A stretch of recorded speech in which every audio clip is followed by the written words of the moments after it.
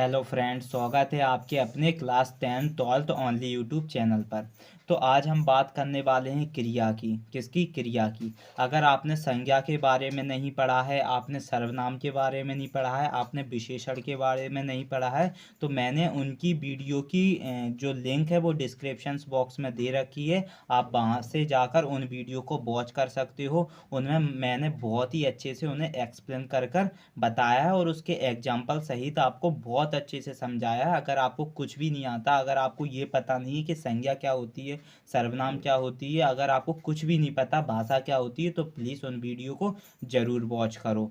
तो आपको जो मैंने हिंदी समान हिंदी का जो कोर्स प्रोवाइड किया है वो आपको बहुत ही अच्छे से समझ में आएगा, क्योंकि मैंने इसकी सारी प्लेलिस्ट बनकर तैयार की है और वो आपको बहुत ही अच्छे से एक्सप्लेन कर कर भी बताया। अगर आप क्लास 10th में हो या क्लास 12th में हो या आप किसी कॉम्पिटिटिव एग्जाम्स की तैयारी कर रहे हो, तो हमारी जो समान हिंदी है वो आपके लिए एक बहुत अच्छे रोल प्ले करने वाली है, क्योंकि जितना भी मैं आपको मटेरियल प्रोवाइड कर रहा हूँ ये सारा एनसीईआरटी का मटेरियल्स है। और एनसीईआरटी हर कहा जाए हर कॉम्पिटिटिव एग्जाम्स में, बोर्ड एग्जाम्स में एक बहुत अहम रोल प्ले करती है, क्योंकि हर जगह एनसीईआरटी का ही मटेरियल प्रोवाइड किया जाता है। ठीक है, तो चलो स्टार्ट करते हैं। अगर आप कहा जाए वीडियो पे नए हो, चैनल पर नए हो, तो प्लीज़ चैनल को क्या कर लो, सब्सक्राइब कर लो, जिससे कि मैं जो भी नई इन्फॉर्मेशंस नई वीडियोस प्रोवाइड करता हूं तो आपके लिए वो तुरंत आपके पास नोटिफिकेशंस उसका मिल सके। तो चलो आज की वीडियो स्टार्ट करते हैं। तो सबसे पहले कहा गया है इसमें क्रिया के बारे में कि क्रिया क्या होती है, क्रिया के बारे में पढ़ेंगे, क्रिया कितने प्रकार की होती है और क्रिया के उदाहरण सहित क्रिया को हम समझेंगे। तो सबसे पहले बात करते हैं कि क्रिया की परिभाषा की, कि क्रिया की क्या परिभाषा होती है। कहा जाता है जैसे आप क्या कर रहे हो, घूम रहे हो, आप चिल्ला रहे हो, आप क्या कर रहे हो, आप खाना खा रहे हो, पानी पी रहे हो, खेल रहे हो, तो ये जो आप दिन में जो क्रियाएं करते हैं, तो जो क्रियाएं आप करते हैं, तो आपकी जो कहा जाता है जो आपकी विशेषताएं, किसकी? जो आपकी कार्य होने की क्षमता या कार्य की जो क्वांटिटी, कार्य के जिसके कार्य के गुण बता दे, वो ही क्या कहलाई जाती है, क्रिया कही जाती है। कहा जाता है, परिभाषा की बात करेंगे कि जिस शब्द से किसी कार्य के होने का या करना समझा जाए उसे हम क्रिया कहते हैं। कहा जाता है जिन शब्दों से कार्य के होने का, कार्य के करने का या कार्य के जाने आने कहा जाए, ऐसा उसमें गुण प्रकट कर दे, उसे हम क्या कह देते हैं, क्रिया कहा जाता है। उसे क्या कहा जाता है, क्रिया कहा जाता है। उसकी जैसे कि कहा जाए, जैसे उसके उदाहरण है, जैसे खाना, खाना क्या है आपकी एक क्रिया है, पीना क्रिया है, पढ़ना एक क्रिया है, सोना, नहाना, जाना, ये सब आपकी किस में इंगित की जाएंगी, आपकी क्रिया में। तो क्रिया क्या होती है, कहा जाता है क्रिया क्या होती है, क्रिया की परिभाषा आपसे पूछ ली जाती है तो कह देना ऐसे शब्द जो आपके कार्य के होने की या कार्य के करने का बोध कराते हैं, उन्हें हम क्रिया कहे जाते हैं। ऐसे शब्द क्या कहे जाते हैं, क्रिया कहे जाते हैं। लिखना, पढ़ना, नहाना, ये सब आपकी क्या है, ये सब आपकी क्रिया शब्द हैं। ये सब शब्द आपके क्रिया शब्द होते हैं। अब कहा जाता है धातु के में, कि जो धातु जो होती है उसमें क्रिया के मूल रूप को धातु कहते हैं। धातु जो होती है वो क्रिया के एक मूल रूप को क्या कह देते हैं, धातु कह देते हैं। और धातु से ही क्रिया पद का निर्माण होता है, इसलिए क्रिया के सभी रूपों में धातु उपस्थित होता है। देखो, ये इम्पोर्टेंट फैक्ट है, आप जरूर याद रखना। अगर आप इस पर आपकी अच्छी पकड़ नहीं है तो आप क्रिया को नहीं समझ पाओगे। तो क्या कहा जाता है, जो धातु होती है, जो मेटल्स होता है आपका, कहा जाता है धातु एक ऐसी क्रिया की एक मूल रूप होता है। जो धातु होती है वो क्रिया का एक मूल रूप होता है, जिसे हम धातु कहते हैं। क्या कहते हैं, क्रिया का जो मूल रूप होता है जिसे हम धातु कहते हैं। और धातु से ही क्रिया के जो पद का निर्माण होता है, इसलिए क्रिया के सभी रूपों में धातु क्या होता है, उपस्थित होता है, प्रेजेंट होता है। जैसे कि इसके कुछ उदाहरण से समझेंगे। कहा जाता है कि जो चलना, किसकी? चलना क्रिया में, जो चलना, आप चल रहे हो ना, धरती पे चल रहे हो भाई, तो चलना क्रिया में जो चल क्या है, आपकी एक धातु है। जैसे पढ़ना, पढ़ना जो है आप पढ़ रहे हो, तो पढ़िया जो पढ़ना क्रिया में क्या है, पद, जो पढ़ पढ़ क्या है, आपकी एक धातु है। जैसे कि प्राय, धातु में ना, प्रत्यय जोड़कर क्रिया का निर्माण होता है। कहा जाता है जो धातु होती है, धातु में प्रत्यय, प्रत्यय में क्या ना, ना क्या है आपका एक प्रत्यय है, क्या है। अभी मैंने आपको कहा जाए विशेषण की, आपने अगर वीडियो नहीं देखी है तो विशेषण की वीडियो देख के आओ, जिसमें मैंने आपको प्रत्यय और संज्ञा शब्द को जोड़कर विशेषण बताए थे। और मैंने ये भी बताया था कि प्रत्यय क्या होते हैं। प्रत्यय कहा जाता है, प्रत्यय एक ऐसे शब्द होते हैं जो संज्ञा के आगे जोड़े जाते हैं। किसके, संज्ञा के आगे जोड़कर एक किसी शब्द की विशेषण बताते हैं, उन्हें हम क्या कहते हैं, प्रत्यय कहते हैं। इन्हीं में जो प्रत्यय है आपका, जो प्रत्यय जैसे ना आपका क्या है, एक प्रत्यय है।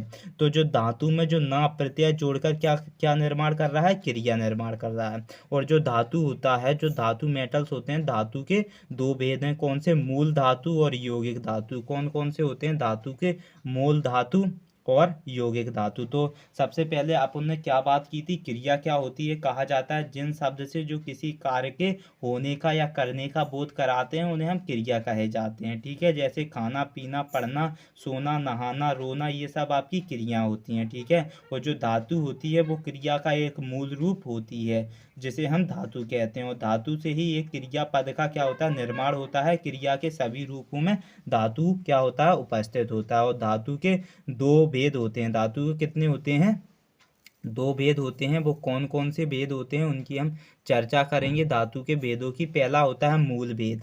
पहला क्या होता है, मूल भेद होता है। पहला जो धातु का भेद होता है वो होता है मूल, मूल धातु। क्या होता है, मूल धातु होता है। पहले जो धातु का भेद होता है वो होता है मूल धातु। मूल धातु क्या होती है, यह स्वतंत्र होती है। जो मूल धातु होती है यह स्वतंत्र होती है, तथा कहा जाता है तथा किसी अन्य शब्द पर निर्भर नहीं होती।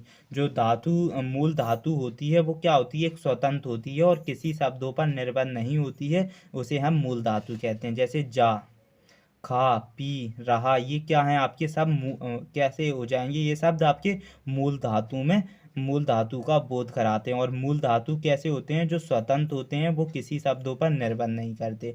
और यौगिक धातु क्या होते हैं, यौगिक धातु की बात करेंगे तो यौगिक धातु मूल धातु में प्रत्यय लगाकर कई धातुओं को संयुक्त करके अथवा संज्ञा और विशेषण में प्रत्यय लगाकर बनाई जाती है। यह तीन प्रकार की होती है। जो आपकी यौगिक धातु होती है, यौगिक धातु कैसी धातु होते हैं, वो यौगिक धातु जो होते हैं वो मूल धातु में क्या करते हैं, प्रत्यय लगाकर, मूल धातु में क्या करते हैं, प्रत्यय लगाकर और कई धातुओं को संयुक्त करके, कई धातुओं को संयुक्त करके अथवा संज्ञा और विशेषण में क्या प्रत्यय लगाकर बनाई जाती हैं, उन्हें हम यौगिक धातु कहते हैं। और यौगिक धातु तीन प्रकार के होते हैं। कौन कौन से, पहले की बात करेंगे।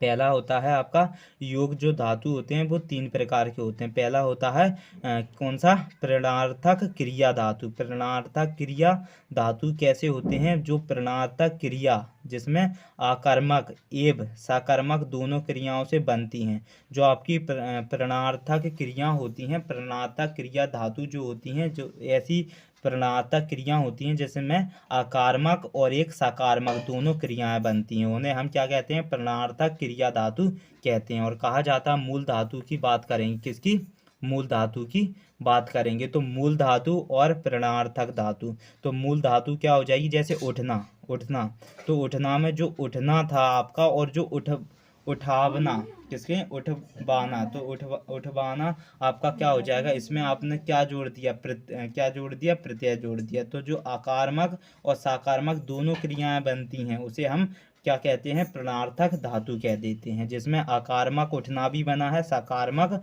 उठवाना भी बना है। सकारमक क्या होता है, जो दूसरे पर निर्भर करता है। आकारमक क्या होता है, जो किसी पर निर्भर, किसी शब्दों पर निर्भर नहीं करता, उन्हें आकारमक कहा जाता है। जैसे सोना या सुलाना या सुलवाना, तो ये आकारमक सुलाना हो जाएगा और सुलवाना आपका सकारमक। जैसे करना, तो करना या करवाना, करवाना आपका क्या हो जाएगा, सकारमक, और ये जो कराना आपका क्या हो जाएगा, आकारमक। जैसे पीना, तो पिलाना अकारमक, पिलवाना सकारमक, देना दिलाना अकारमक और जो दिलवाना आपका सकारमक।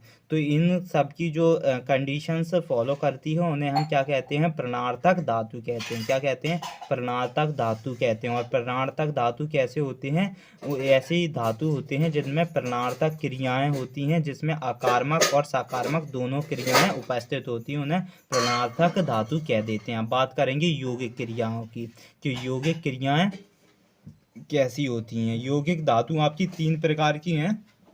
एक तो प्रणार्थक क्रिया धातु हो गया। अब बात करेंगे यौगिक क्रिया की कि यौगिक क्रिया कैसी होती हैं। तो दो या दो से अधिक धातुओं के संयोग से, दो या दो से अधिक धातुओं के संयोग से जो यौगिक क्रिया बनती हैं, जैसे कि रोना धोना, तो ये दो या दो से अधिक धातुओं के क्या संयोग से बनी है, रोना धोना। ये रोना भी एक क्रिया है और धोना भी एक क्रिया है। तो रोना धोना दो यौगिक धातुओं से बनती हैं, उन्हें हम क्या कहते हैं, यौगिक क्रिया कह देते हैं। ठीक है, जैसे कि उठना बैठना, उठना भी एक क्रिया है, बैठना भी। चलना फिरना, चलना भी क्रिया है, फिरना भी क्रिया है। खा लेना, खा लेना। और उठ बैठना, उठ भी एक क्रिया, बैठना भी। तो उठ जाना। तो ये कहा जाता है ये ऐसी यौगिक क्रिया होती हैं जिनमें दो या दो से अधिक धातुओं के संयोग से, दो या दो से अधिक धातुओं के संयोग से जो यौगिक क्रिया बनती हैं उन्हें हम यौगिक क्रिया कह देते हैं। उन्हें हम क्या कह देते हैं, यौगिक क्रिया कह देते हैं। ठीक है, तो यौगिक धातु में तीन प्रकार के होते हैं। एक क्रिया और बची, उसकी और बात है आपकी क्या, नाम धातु। नाम धातु कैसी होती हैं, जो संज्ञा या विशेषण से कहा जाता है। जो नाम धातु एक ऐसी क्रियात्मक धातु होती हैं, क्रिया धातु होती है जो नाम धातु कहा जाता है। संज्ञा या विशेषण से बनने वाली धातु को नाम धातु कहते हैं। नाम धातु क्या होती हैं, जो संज्ञा या विशेषण से बनने वाली धातु को नाम धातु कहते हैं। जैसे कि गाली से गरियाना, गाली से गरियाना ये नाम धातु है आपका। ताल से तलैया, ताल, ताल किसी का ताल नाम था, इससे आपकी क्या बन गई, एक क्रिया बन गई। तो ताल से तलियाना, बात से बतियाना। तो बात से जो बतियाना, बतियाना क्या है, आपकी नाम धातु है। तो संज्ञा या विशेषण से, ये संज्ञा से बनी है। जो ताल था ना आपका, ये किसकी बनी है, ताल जो था आपकी संज्ञा, संज्ञा से आपकी क्या बनी है, क्रिया बनी है। क्या बनी है, तलियाना।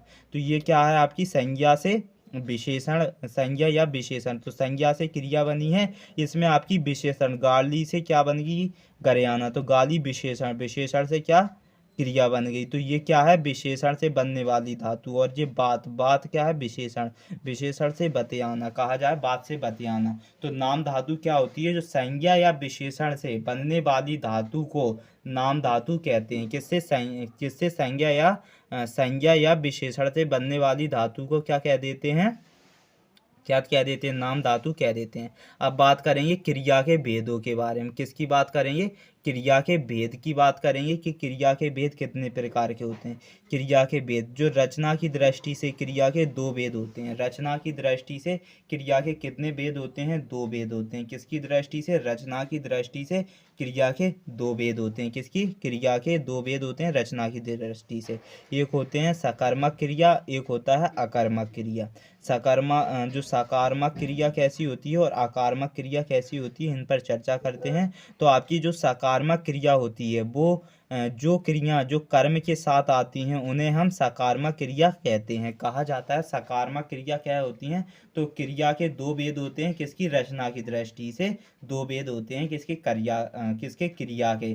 तो क्रिया कौन कौन से दो भेद होते हैं, एक होता है सकारात्मक क्रिया और एक होती है अकार्मक क्रिया। तो सकारात्मक क्रिया कब कैसी होती है, वो जो क्रिया जो कर्म के साथ आती है, ऐसी क्रिया जो कर्म के साथ आती है उन्हें हम सकारात्मक क्रिया कहते हैं। जैसे कहा जाता है मोहन क्या कर रहा है, फल खाता है। तो जो खाना है, खाना जो क्रिया के साथ कर्म फल आया है, क्या आया, कर्म, जो कर्म किस पर हो रहा, फल पर हो रहा है। और खाना, तो खाना क्रिया के साथ कर्म फल है। जो खाना है वो क्रिया के साथ कर्म फल है, तो इसे हम सकारात्मक क्रिया कहेंगे।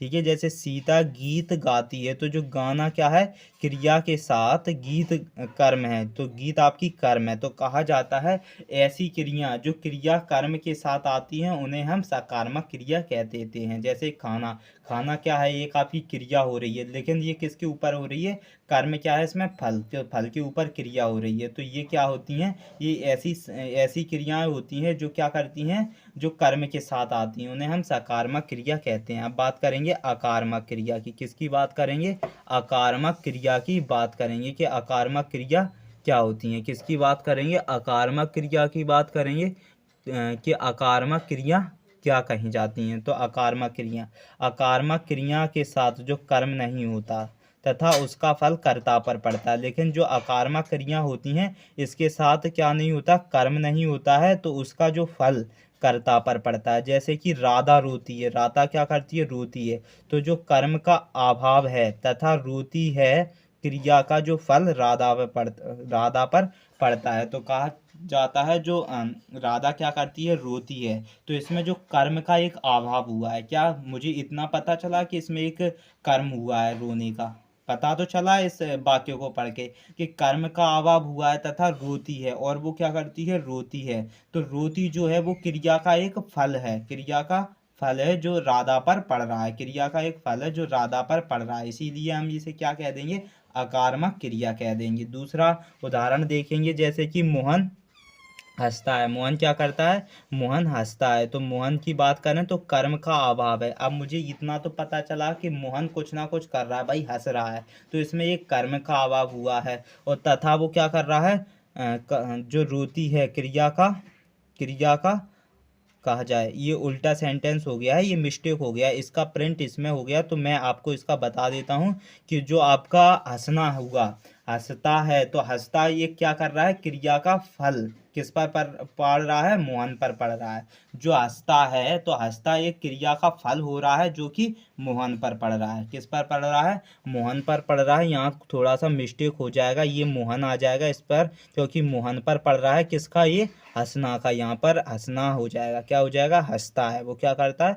हंसता है। ठीक है, इतना आप याद रखना कि जो मोहन हंसता है तो कर्म का अभाव हुआ है, इतना मुझे पता चला है, तथा वो क्या कर रहा है, हंसता है। तो हंसता है जो हुआ है वो क्रिया का एक फल हुआ है जो किस पर हो रहा है, किस पर हो रहा है, मोहन पर पड़ रहा है। किस पर पड़ रहा है, मोहन पर पड़ रहा है। तो इस प्रकार से आपके ये क्रिया के भेद दो थे, कौन से थे, सकारात्मक क्रिया, सकारात्मक क्रिया कौन कौन सी होती हैं, कहा जाता है सकारात्मक क्रिया की परिभाषा के बारे में। तो सकारात्मक क्रिया, जो क्रिया कर्म के साथ आती हैं उन्हें हम सकारात्मक क्रिया कहते हैं। और आकारात्मक क्रिया क्या होती हैं, वे क्रियाएं, जो आकारात्मक क्रियाएं ऐसी क्रिया होती हैं जो किसके कर्म, जो किसके साथ नहीं होती हैं, वो क्रिया के साथ कर्म नहीं होता है, उसका फल कर्ता पर पड़ता है, उसे हम आकार्मक क्रिया कहते हैं। और इसके कुछ उदाहरण मैंने समझाए थे, चलो एक बार और एक्सप्लेन कर देता हूँ। जैसे कि कहा गया था इसमें राधा रोती है। अब मुझे इतना पता है इस वाक्य में कुछ ना कुछ तो कर्म,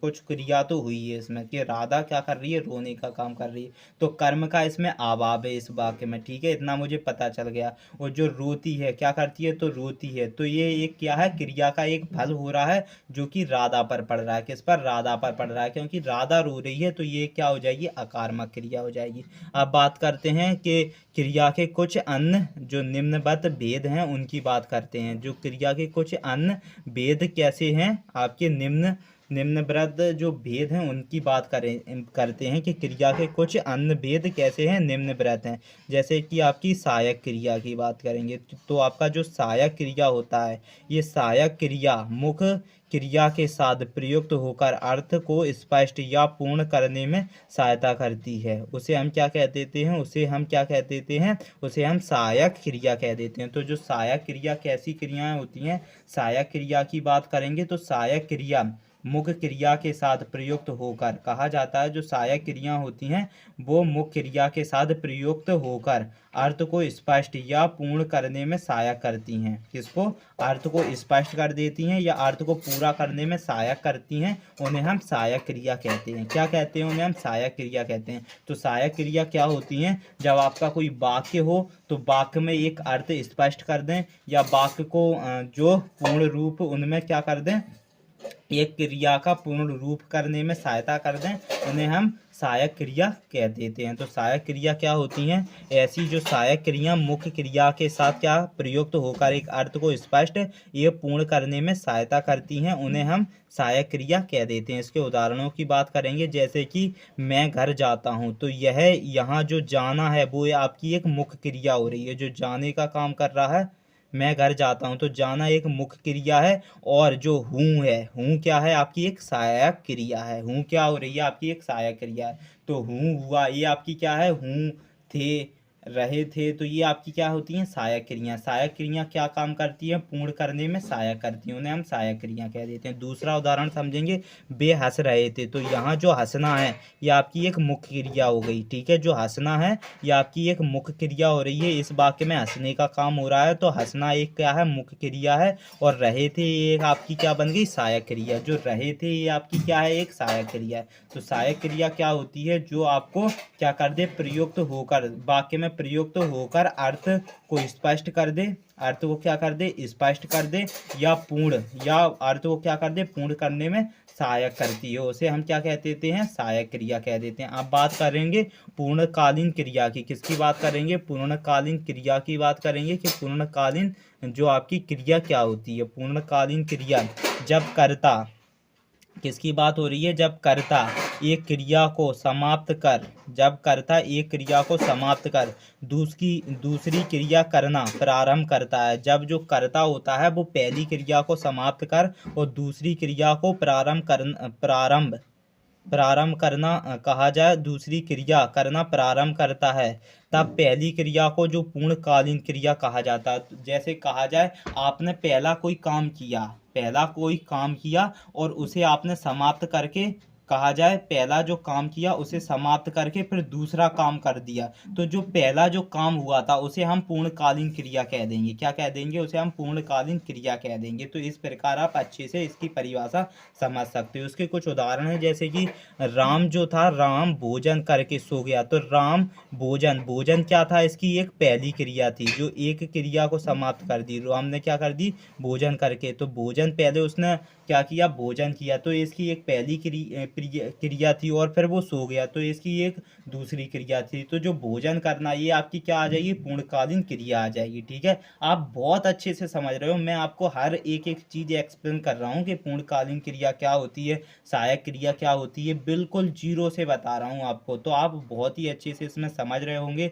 तो प्लीज़ वीडियो को साथ ही साथ लाइक करते जाएं और कमेंट करते जाएं। ठीक है, क्या थी आपकी पूर्णकालीन क्रिया? कहा जाता है जब कर्ता एक क्रिया को समाप्त करके और दूसरी क्रिया प्रारंभ कर देता है, उसे जो पहली क्रिया उसने कर चुकी थी उसे हम पूर्णकालीन क्रिया कह देते हैं। ठीक है, जैसे कहा जाता है यहाँ जो भोजन करके जो पूर्णकालीन क्रिया है, जिसे करने के बाद उसने दूसरी क्रिया सो जाना संपन्न की है, उसे ही हम पूर्णकालीन क्रिया कह देते हैं। जैसे राम ने पहले भोजन किया था, तो पहले उसने क्या किया? राम भोजन करके, तो जो भोजन करके ये इसकी एक पहली क्रिया थी, और फिर वो सो गया, ये इसकी दूसरी क्रिया थी। तो जो भोजन करने की जो पहली क्रिया थी उसे हम पूर्णकालीन क्रिया कह देते हैं। ठीक है, अब बात करेंगे नामबोधक, किसकी? नामबोधक क्रिया की। किसकी बात करेंगे हम?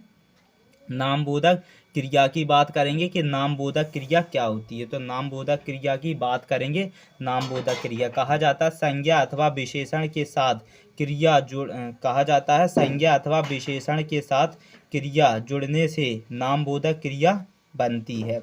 कहा जाता है नामबोधक क्रिया क्या होती है? संज्ञा अथवा विशेषण के साथ, किसके? संज्ञा के या विशेषण के साथ जो क्रिया जुड़ने से, क्या जुड़ने से? क्रिया जुड़ने से एक नामबोधक क्रिया बनती है। तो नामबोधक क्रिया क्या होती है? जब आपके पास संज्ञा होगी या आपके पास विशेषण होगी, तो इन दोनों के साथ जब एक क्रिया जुड़ेगी, क्या जुड़ेगी? क्रिया जुड़ेगी। बड़े अच्छे से समझना, मैं बिल्कुल कहा जाए बिल्कुल जीरो से एक्सप्लेन कर रहा हूँ। जब आपके पास संज्ञा थी, विशेषण था, उनके साथ आपने क्या जोड़ दिया? क्रिया जोड़ दिया। क्या जोड़ दिया? क्रिया जोड़ दिया। तो वो जो कंडीशंस संज्ञा या विशेषण के साथ जो क्रिया जुड़ने की जो कंडीशंस फॉलो हुई है उसे हम नामबोधक क्रिया कह देंगे। क्या कह देंगे? नामबोधक क्रिया कह देंगे। जैसे कि संज्ञा क्या थी, उदाहरण से समझते हैं। संज्ञा आपकी लाठी थी, क्रिया क्या हुई थी इस पे? मारना। संज्ञा लाठी थी, क्रिया क्या हुई थी? मारना। इन दोनों को जोड़ दिया तो भाई लाठी मारना, ये आपकी क्या बन गई? नामबोधक क्रिया मिल गई। संज्ञा की क्या थी? रक्त, और क्रिया क्या हुई? खोलना, और इन दोनों को जोड़ दिया तो रक्त खोलना, ये नामबोधक क्रिया मिल गई। बिल्कुल आराम से समझो आप, बिल्कुल जीरो से, आपको जल्दबाजी नहीं है, आपको हर चीज़ अच्छे से समझा रहा हूँ मैं।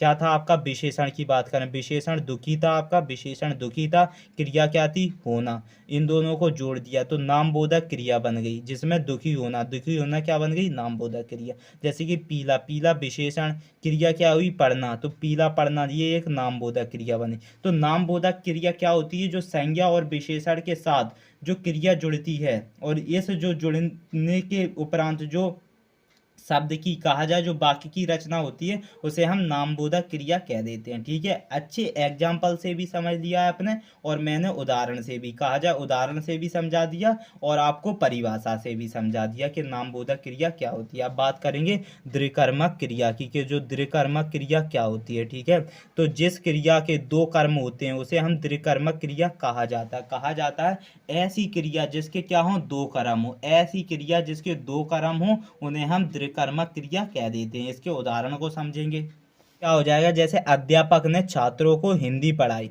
क्या पढ़ाई? अध्यापकों ने छात्रों को हिंदी पढ़ाई। तो इसमें दो कर्म हो रहे हैं, एक छात्रों भी है और एक आपकी हिंदी भी है। तो छात्रा कर्म है, हिंदी भी क्या है? आपकी कर्म है। ठीक है, किस पर? क्रिया क्या है? पढ़ाई है। ठीक है, तो जो आपकी कहा जाता है, जिस क्रिया के दो कर्म होते हैं, जिस क्रिया के दो कर्म होते हैं, जिस क्रिया के पढ़ाई आपकी क्या हो रही है? क्रिया हो रही है, और कर्म किस किस पर हो रहे हैं? एक छात्रों पर भी कर्म हो रहा है और एक हिंदी पर भी कर्म हो रहा है। तो कर्म आपके कौन है? दो कर्म है। कौन से? छात्र भी कर्म है और हिंदी भी कर्म है, और क्रिया क्या है? पढ़ाई। तो जब जो क्रिया दो कर्मों पर होती है, जब जो आपकी जो क्रिया थी पढ़ाई, ये दो कर्मों पर हो रही है, हिंदी और छात्रों दो कर्मों पर होती है, उसे हम द्विकर्मक क्रिया कह देते हैं। जैसे मोहन ने राम को थप्पड़ मारा, तो दो कर्मक कौन कौन से हैं आपके? राम है एक कर्मक, एक आपका थप्पड़ है। ये दो क्या है? आपके कर्मक है। क्या है? कर्मक है। राम ने क्या किया? मोहन ने राम को थप्पड़ मारा, राम कर्मक, थप्पड़ कर्मक है। तो इस प्रकार की, मार दिया तो आपकी ये क्या होगी? क्रिया हो गई। दिया क्या है? आपकी क्रिया। तो जब क्रिया दो कर्मों पर होती है, किस पर? दो कर्मों पर होती है, उसे हम द्विकर्मक क्रिया कह देते हैं। क्या कह देते हैं? उसे हम द्विकर्मक क्रिया कह देंगे। उसे हम क्या कह देंगे? द्विकर्मक क्रिया कह देते हैं। क्या कह देते हैं? द्विकर्मक क्रिया कह देते हैं। अब बात करेंगे संयुक्त क्रिया की, कि संयुक्त क्रिया क्या होती है। किसकी बात कर रहे हैं हम?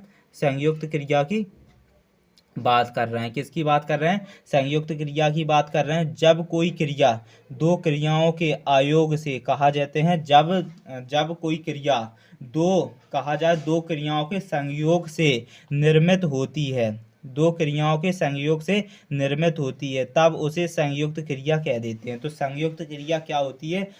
जब कोई क्रिया दो क्रियाओं के संयोग से, जब कोई ऐसी क्रियाएं जो दो क्रियाओं के संयोग से निर्मित होती है, दो क्रियाओं के संयोग से निर्मित होती है, उसे हम संयुक्त क्रिया कह देते हैं। उसे हम क्या कह देंगे? संयुक्त क्रिया कह देते हैं। तो संयुक्त क्रिया क्या होती है? ऐसी क्रिया जो दो, कहा जाता है संयुक्त क्रिया क्या होती है? संयुक्त क्रिया क्या होती है? संयुक्त क्रिया क्या होती है? तो जब कोई क्रिया दो क्रियाओं के संयोग से निर्मित होती है, उसे हम संयुक्त क्रिया कह देते हैं। उसे हम क्या कह देते हैं? संयुक्त क्रिया कह देते हैं। जैसे कहा जाए वह खाने लगा, वह खाने लगा, मुझे पढ़ने दो, मुझे पढ़ने दो। तो इसमें क्या था? जब कोई क्रिया, जो क्रिया हुई थी वो दो क्रियाओं के संयोग से हुई है, मुझे पढ़ने दो। वह पेड़ से कूद गया, वह पेड़ से कूद गया, मैंने किताब पढ़ ली, वह खेलती कूदती रहती है, आप आते जाते रहिए, अब त्यागपत्र दे ही डालो, या चिड़िया उड़ा करती है। कहा जाता है जैसे वह खाने लगा, तो इसमें जो वह था, वह क्या था? आपका एक सर्वनाम था वह। तो इसमें जो खाने, खाने और लगा, तो इसमें वह कहा जाता है जब कोई क्रिया दो क्रियाओं के संयोग से निर्मित होती है। तो खाने लगा ये आपकी दो क्रियाओं के संयोग से निर्मित हुई है, इसलिए इसे हम संयुक्त क्रिया कह देते हैं। क्या कह देते हैं? संयुक्त क्रिया कह देते हैं। वह खाने क्या करने लगा? खाने लगा। तो आपकी ये क्या बन जाएगी? संयुक्त क्रिया बन जाएगी। अब बात करेंगे क्रियार्थक संज्ञा की, कि जो क्रियार्थक संज्ञा क्या होती है। क्रियार्थक संज्ञा की बात करेंगे कि क्रियार्थक संज्ञा क्या होती है। किसकी? क्रियार्थक संज्ञा की बात करेंगे जब कोई क्रिया संज्ञा की भांति व्यवहार में आती है। कहा जाता है जब कोई क्रिया जो होती है वो संज्ञा की भांति क्या में आती है? व्यवहार में आती है, उसे हम क्रियार्थक संज्ञा कह देते हैं। जब कोई क्रियार्थक संज्ञा किसे कहते हैं? जब कोई क्रिया, याद रखना, जब कोई क्रिया संज्ञा की भांति व्यवहार करती है, रिएक्शन प्रकट करती है, कहा जाए ऐसी क्रिया जो संज्ञा की तरह व्यवहार करने लगती है। किसकी? संज्ञा की, नाउन की तरह एक व्यवहार करने लगती है, तब उसे क्या कहा जाता है? क्रिया। क्या कह देते हैं? उसे क्रियार्थक संज्ञा कह देते हैं। उसे हम क्रियार्थक संज्ञा कह देते हैं। जैसे कहा जाता है टहलना। टहलना स्वास्थ्य के लिए क्या है? आवश्यक है। तो इसमें जो टहलना टहलना जो स्वास्थ्य के लिए क्या है? आवश्यक है। देश के लिए मरना क्या है? कृतिदायक है। तो जब ऐसी क्रियाएं संज्ञा की तरह क्या कर रही हैं? व्यवहार कर रही हैं। जैसे कि टहलना। टहलना क्या है? आपकी ये क्रिया हो रही है टहलने की, स्वास्थ्य के ऊपर। तो स्वास्थ्य, टहलना स्वास्थ्य के लिए क्या है? आवश्यक है। तो टहलने की जो क्रिया है वो कैसा व्यवहार कर रही है? संज्ञा की तरह। उसे हम क्रियार्थक संज्ञा कह देते हैं। क्या कह देते हैं? क्रियार्थक संज्ञा कह देते हैं। अब बात करेंगे क्रिया के संबंध में जो निम्न तथ्य की जो विचारणीय हैं। किसके संबंध में? क्रिया के संबंध में जो निम्न तथ्य के जो विचारणीय हैं उन पर हम चर्चा करते हैं कि क्रिया के संदर्भ में जो निम्न तथ्य के विचारणीय कौन कौन से हैं। जैसे जो वाच्य हो गया, तो वाच्य क्या होता है? आपकी वाच्य की बात करेंगे। वाच्य, तो वाच्य क्रिया का रूपांतरण है। जो वाच्य है वो क्रिया का रूपांतरण है, जिसके द्वारा यह पता चलता है कि वाक्य में कर्ता कर्म या भाव में से किसकी प्रधानता है। कहा जाता है वाच्य क्या होता है? वाच्य क्रिया का रूपांतरण है। जो वाच्य होते हैं वो क्रिया का एक रूपांतरण है, जिसके द्वारा यह पता चलता है कि वाक्य जो होता है इसमें कर्ता या कर्म या भाव में से किसकी प्रधानता है, उसे हम वाच्य कह देते हैं। वाच्य क्या होता है? वाच्य में क्रिया का रूपांतरण होता है, जिसके द्वारा यह पता चलता है कि वाच्य में कर्ता या कर्म या भाव में से किसकी प्रधानता होती है, उसे हम वाच्य कह देते हैं। ठीक है। अब बात करेंगे वाच्य तीन प्रकार के होते हैं। कौन कौन से होते हैं? एक कृतवाच्य होता है, कर्मवाच्य होता है, भाववाच्य होता है। तो सबसे पहले कृतवाच्य की बात करेंगे कि कृतवाच्य आपका क्या होता है। तो कृतवाच्य की बात करेंगे। कहा जाता है क्रिया के उस रूपांतरण को कृतवाच्य कहते हैं जिससे वाक्य में कर्ता की प्रधानता का बोध होता है। जो कर्ता, जो कारक होता है कर्ता, उसकी प्रधानता का बोध होता है, उसे हम कृतवाच्य कह देते हैं। तो क्रिया के उस रूपांतरण को कृतवाच्य कहते हैं जिसमें वाक्य में कर्ता की प्रधानता हो। किसकी? कर्ता की प्रधानता होती है, उसे हम क्या कह देते हैं? कृतवाच्य कह देते हैं। जैसे कि मोहन ने दूध पिया। मोहन ने क्या किया है? दूध पिया है। तो इसमें क्या हो रहा है? इसमें जो कर्ता की प्रधानता हो रही है। ठीक है। जैसे सीता गाती है, तो सीता क्या है आपकी? सीता आपकी एक संज्ञा है, और इसमें जो गाती क्या है? एक कर्ता के ऊपर कर्ता की प्रधानता बता रहा है। किसकी? ये जो कर्ता है सीता, तो इसकी जो प्रधानता गाती बता रही है, इसलिए कृतवाच्य वाक्य हो जाएगा। कहा जाता है मैं स्कूल जाता हूँ, तो मैं क्या हूँ? एक करता हूँ। मैं क्या हूँ? करता हूँ। तो जो स्कूल मैं स्कूल गया, तो जाने की जो प्रधानता बताई है इसने, वो क्या है आपकी?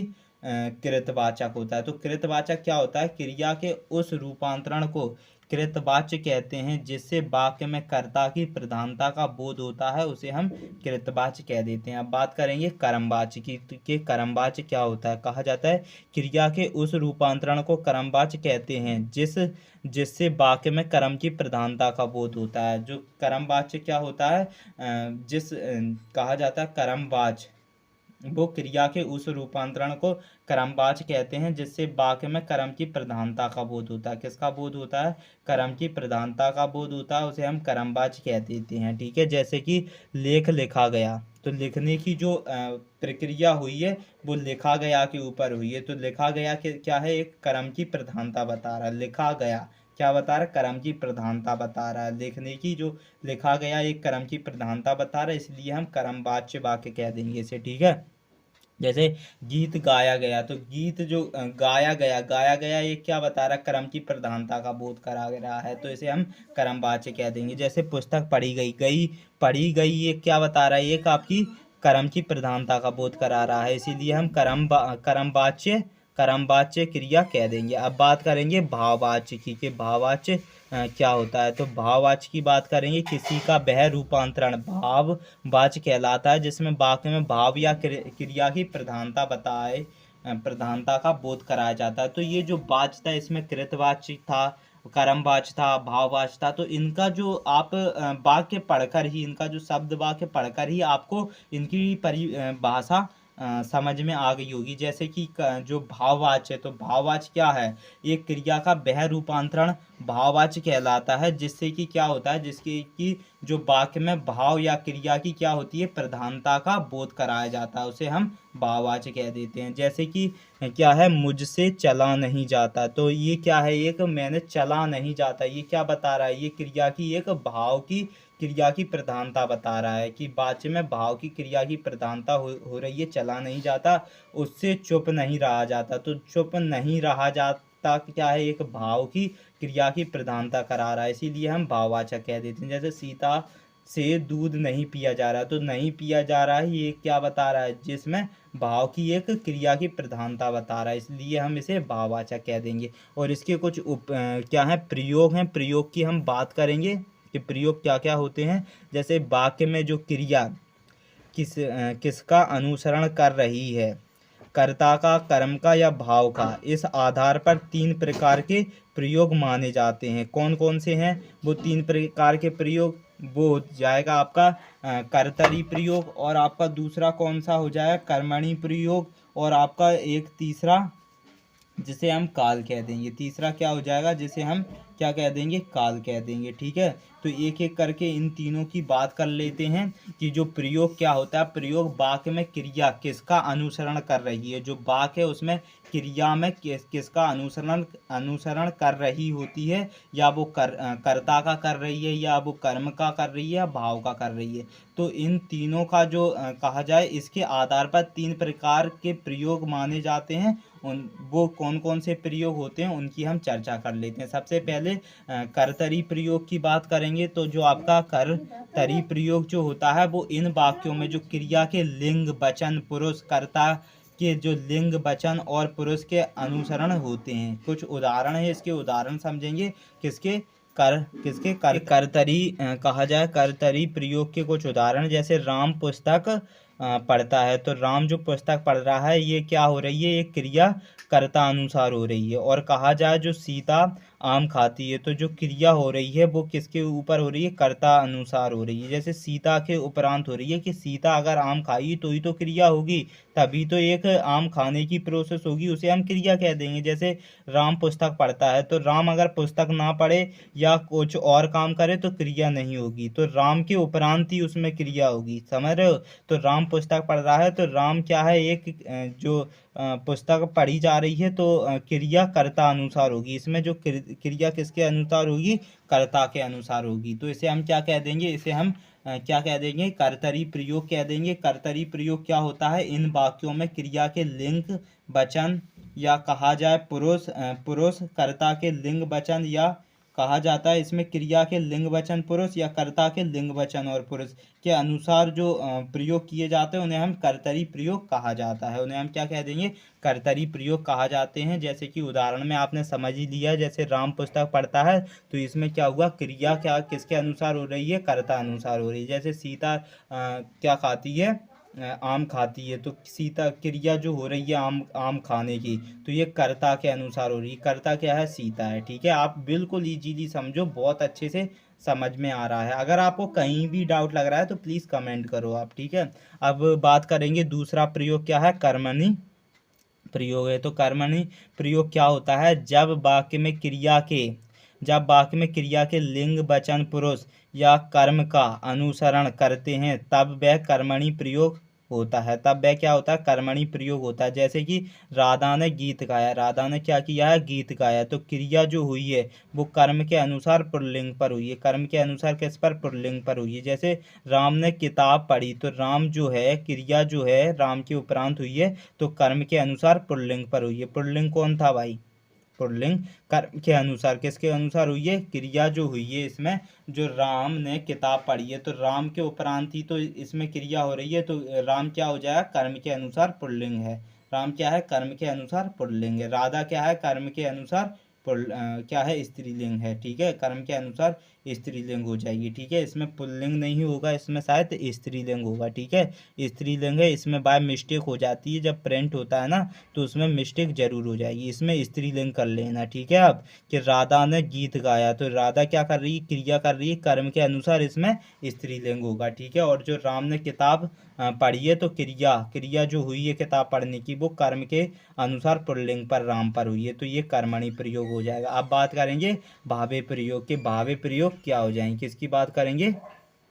भावे प्रयोग की बात करेंगे कि भावे प्रयोग क्या हो जाएगा। कहा जाता है जब वाक्य की क्रिया के लिए, कहा जाता है जब वाक्य की क्रिया के लिंग वचन और पुरुष कर्ता का अनुसरण ना कर सदैव एक वचन या पुल्लिंग एवं अन्य पुरुष में हो, तब उसे भावे प्रयोग होता है। तब उसे हम क्या कह देंगे?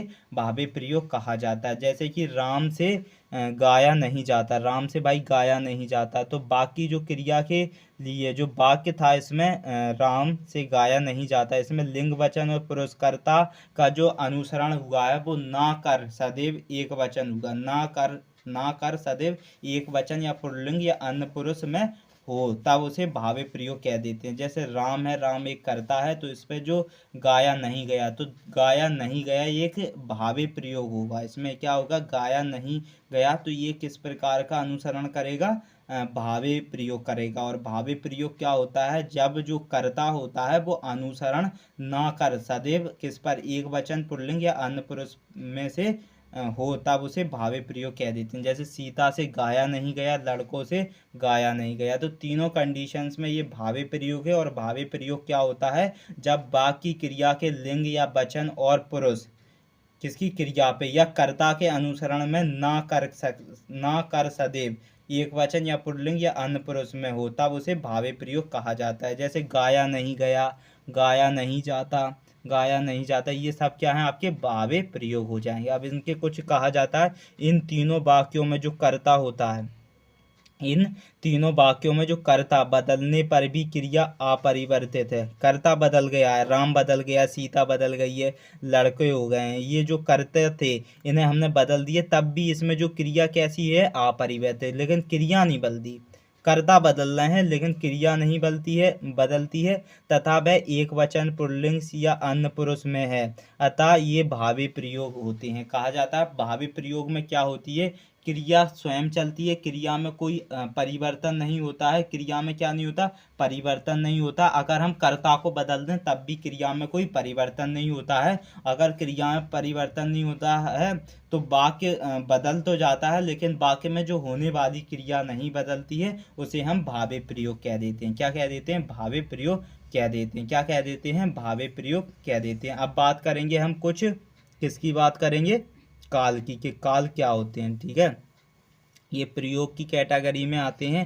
काल जो होते हैं क्या होते हैं काल की, और बात कर लेंगे कि काल कितने प्रकार के माने जाते हैं। ठीक है, काल कहा जाता है जो काल होते हैं, काल क्रिया के जिस रूप से कार्य व्यवहार के समय, कहा जाता है क्रिया के जिस रूप से कार्य व्यापार के समय तथा उसकी पूर्णता अथवा अपूर्णता का बोध होता है उसे काल कह देते हैं। उसे हम क्या कहते हैं? काल कहते हैं। जैसे कि काल के 3 भेद होते हैं, वर्तमान काल, भूतकाल, भविष्य काल। ठीक है।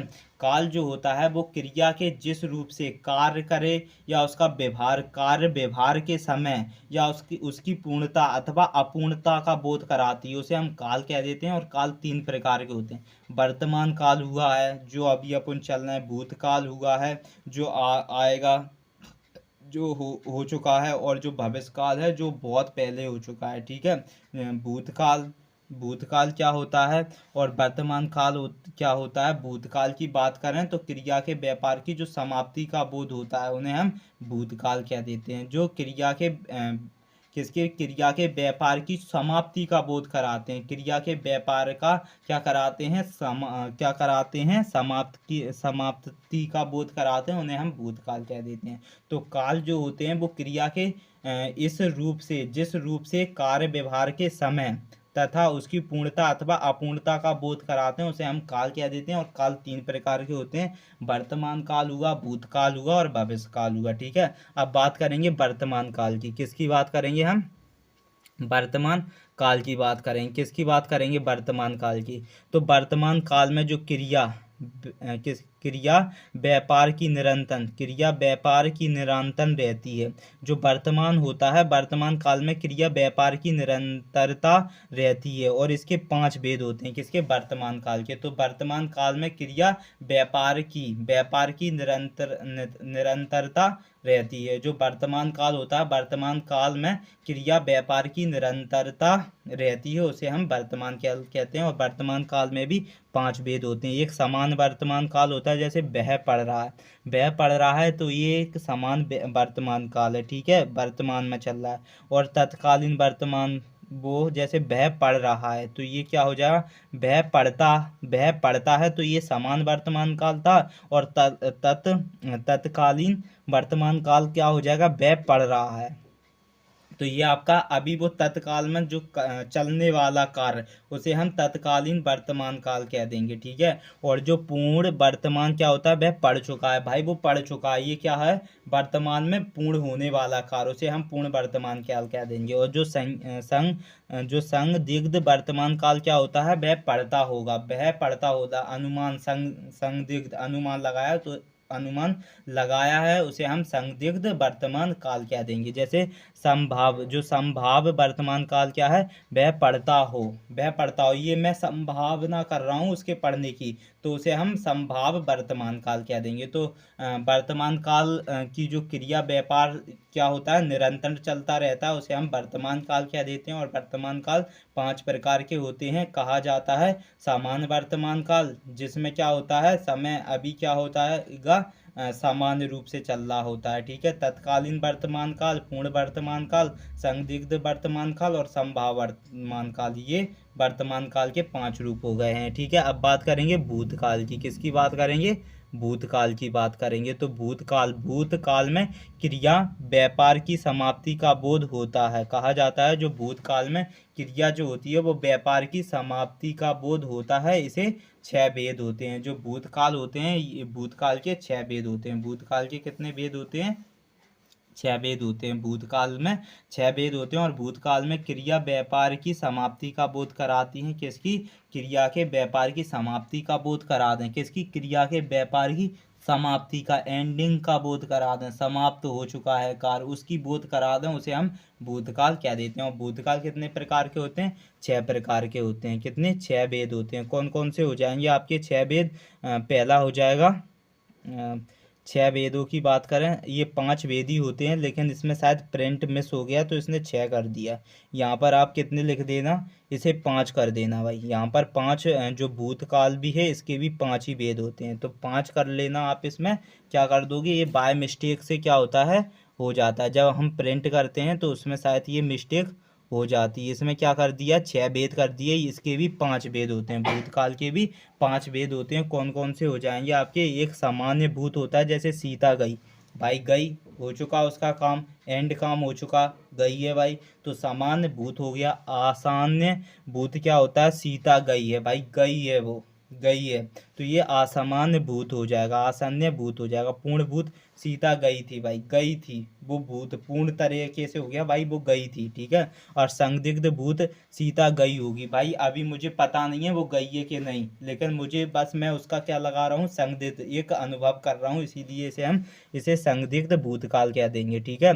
और जो आपका हेतु हेतु मत भूत, जो हेतु हेतु मत भूत होता है, जैसे सीता जाती है तो क्रिया होने वाली थी पर नहीं हुई है, तो इसे हम होते होते जो बच जाए क्रिया, होते होते जो क्रिया रुक जाए या ठहर जाए, उसे हम हेतु हेतु मत भूत भूतकाल कहते हैं। हेतु हेतु मत भूत क्या कहते हैं? हेतु हेतु मत भूत भूतकाल क्रिया कह देते हैं, ठीक है। तो भूतकाल क्रिया कौन सी होती है? तो भूतकाल क्रिया में व्यापार की समाप्ति का बोध होता है, उसे हम भूतकाल क्रिया कह देते हैं, ठीक है। और भूतकाल क्रिया 5 प्रकार के होते हैं: सामान्य भूत, आसान्य भूत, पूर्ण भूत, संदिग्ध भूत और हेतु हेतु मत भूत। तो हेतु हेतु बहुत इंपॉर्टेंट है, ये आपके पेपर्स में जरूर देखने को मिलेगी। हेतु हेतु मत भूत क्रिया क्या होती है? जिसमें कार्य होते होते रुक जाए या ठहर जाए, उसे हम क्या कह देते हैं? हेतु हेतु मत भूत क्रिया कह देते हैं, ठीक है। अब बात करेंगे भविष्य काल की, कि भविष्य काल क्या होता है, किसकी बात करेंगे? भविष्य काल की बात करेंगे। भविष्य काल की बात करेंगे तो भविष्य में होने वाली क्रिया का बोध वो भविष्य काल से होता है। जो भविष्य में होने वाली क्रिया जो होती है उसे हम भविष्य काल कह देते हैं। और भविष्य काल क्रिया के 3 भेद होते हैं। एक होते हैं सामान्य भविष्य, जो राम पढ़ेगा भाई, मुझे पता नहीं है, वो पढ़ेगा, भविष्य में पढ़ेगा भाई, ठीक है। अभी राम छोटा था, वो बड़ा हो गया, पढ़ेगा भाई, पढ़ेगा, मुझे पता नहीं है कि वो पढ़ेगा या ना पढ़ेगा, मैं उसका इमेजिन भविष्य की सोच रहा हूँ मैं उसके। तो समान भविष्य राम पढ़ेगा, और संभव भविष्य कि संभव है राम पढ़ेगा, अब मुझे अनुमान लगा रहा हूँ मैं, उसको ही संभावना कर रहा हूँ पढ़ने की, तो इसीलिए हम इसे संभव भविष्य काल क्रिया करेंगे। हेतु हेतु मत भविष्य की, किसकी? हेतु हेतु मत भविष्य काल क्रिया क्या होती है? जैसे कि छात्रवृत्ति मिले तो राम पढ़े कहा जाता है। अब मैं क्या कर रहा हूँ, होते होते इसे बचाने की जो क्रिया करते हैं उसे हम क्या कह देते हैं? हेतु हेतु मतभेद भविष्य काल कह देते हैं। जैसे छात्रवृत्ति मिले तो राम पढ़े, इसमें जो क्रिया का होना कहा जाता है, इसमें क्रिया का होना दूसरी क्रिया के होने पर निर्भर कर रहा है। इसमें क्रिया तो हो रही है लेकिन वो दूसरे पर होने पर निर्भर कर रही है, उसे हम हेतु हेतु मत भविष्य काल क्रिया कह देते हैं। क्या कह देंगे? हेतु हेतु मत भविष्य काल क्रिया कह देते हैं। जैसे छात्रवृत्ति मिलेगा तो उसे क्या करेंगे? तो राम पढ़ेगा, छात्रवृत्ति मिलेगी तो राम पढ़ेगा, इसमें जो क्रिया होना वो दूसरी क्रिया के होने पर निर्भर कर रही है। किस पर कर रही है? दूसरे क्रिया के होने पर निर्भर कर रही है, इसीलिए हम इसे हेतु हेतु मत भविष्य काल क्रिया कह देंगे। अब बात करेंगे क्रिया का जो पद परिचय के बारे में, ये इंपॉर्टेंस है लास्ट में। जैसे उदाहरण, जो उपसंहार होता है, निमंत लिखते हो उपसंहार, ऐसा ही क्रिया का जो पद परिचय होता है। तो क्रिया के पद परिचय के बारे में बात करेंगे। क्रिया के पद परिचय में जो क्रिया होती है वो क्रिया का भेद होता है, या वाच्य होता है, या लिंग, या पुरुष, या वचन, या काल, या वह शब्द जिसमें क्रिया का संबंध होता है, उसे हम क्रिया का पद परिचय कह देते हैं। वो बतानी चाहिए। जैसे कि राम ने पुस्तक पढ़ी, तो जो पढ़ी है वो क्या बता रहा है? आपका क्रिया भी बता देगा, सकर्मक बता देगा, कर्मवाच, सामान्य भूत, स्त्रीलिंग, एक वचन, कर्म, पुस्तक, इन सबसे संबंधित बता देगा। क्या? पढ़ी। तो पढ़ी क्या हो जाएगी? ये क्रिया का पद परिचय हो जाएगा। जो पढ़ी है वो क्या बता देगा? क्रिया का पद परिचय बता देगा। जैसे कि जो मोहन कल जाएगा, तो मोहन कल जाएगा, तो जाएगा जो है वो क्रिया बता रहा है, सकारात्मक और कृतवाच्य, समान भविष्य, पुल्लिंग भी बता रहा है, क्योंकि पुल्लिंग क्या है? मोहन है इसमें, और एक वचन भी कर्ता और मोहन से संबंधित भी बता रहा है। क्या? जाएगा क्रिया। तो इस टाइप से हम क्रिया का ये पद परिचय बताता है। तो क्रिया का पद परिचय क्या होता है? जो क्रिया के पद परिचय में जो क्रियाएं होती हैं वो क्रियाओं का भेद बता दे, या वाच्य, या लिंग, या पुरुष, या वचन, या काल, या उसका शब्द में जिस क्रिया का होना बतला देती है, उसे हम क्रिया का पद परिचय कह देते हैं। तो आज के लिए हम इतना ही रहने देते हैं। ये शायद अगर आपने कहा जाए video number first second third fourth नहीं देखी है, जिसमें मैंने संज्ञा, भाषा, व्याकरण और सर्वनाम और विशेषण इन सब की बात की है। समान हिंदी व्याकरण में कहा जाए, समान हिंदी